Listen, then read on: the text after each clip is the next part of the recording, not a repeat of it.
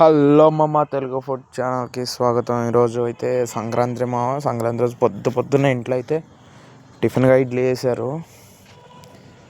మేమైతే సంక్రాంతి చేసుకోవట్లేదు ఎందుకంటే మాకంటూ మా ఫ్యామిలీలో మా తాతయ్య గారు చనిపోవడంతో నేనైతే సంక్రాంతి సెలబ్రేషన్ చేసుకోకూడదంట, అందువల్ల చేసుకోవట్లేదు. అందుకే వీడియోస్ అప్లోడ్ చేయలేకపోయాను.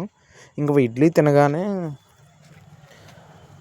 నార్మల్గా ఇంట్లోనే గారెలు కూడా వేశారు. చుట్టాలు ఎవరిని అయితే పిలుచుకోలేదు. ఇంట్లో మేము ఎవరికే గారెలు వేసుకొని గోంగూర పచ్చడి కాంబినేషన్లో అయితే తిన్నాను.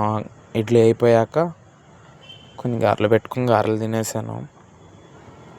ఇంకా తినేసి కొంచెంసేపు పందాలు అయితే చూసి వచ్చాను తర్వాత ఇంక మధ్యాహ్నానికి చిక్కుడుకాయ టమాటా కర్రీతో రైస్ అయితే వేసాను.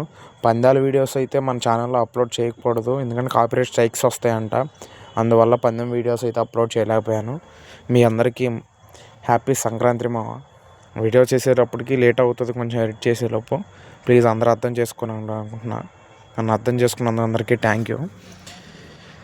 ఇంకా అన్నం తిన్నా కొంతసేపు మళ్ళీ పందాల దగ్గరికి వెళ్ళాను. పందాన్ని చూసి వచ్చే సమయానికి ఇంట్లో అయితే అట్టుపిండి ఉందంట, దోశలు వేశారు. ఇంకా దోశలతో పాటు కొంచెం చట్నీ కూడా పెట్టారు. టమాటా చట్నీ అని పల్లి చట్నీ కాంబినేషన్లో దోశలు అయితే వేసేసాను. టేస్ట్ వైజ్గా అయితే ఓకే, సూపర్ ఉంది. ఇంకా నైట్కి అయితే అన్నం తాలింపు వేశారు అన్నం తిరగమాత అంటారు, పులిహార టైప్లోనే, కాకపోతే నిమ్మకాయ మిక్స్ కాదు, ఇది వేరు. అన్నం తిరగమాత అంటారు మా సైడు. సో టేస్ట్ అయితే ఓకే. మీ అందరికీ అర్థమైంది అనుకుంటున్నామా? సంక్రాంతి వీడియోస్ అయితే అప్లోడ్ చేయకపోవడానికి రీజన్ అదే. అందరికీ మళ్ళీ ఒకసారి హ్యాపీ సంక్రాంతి.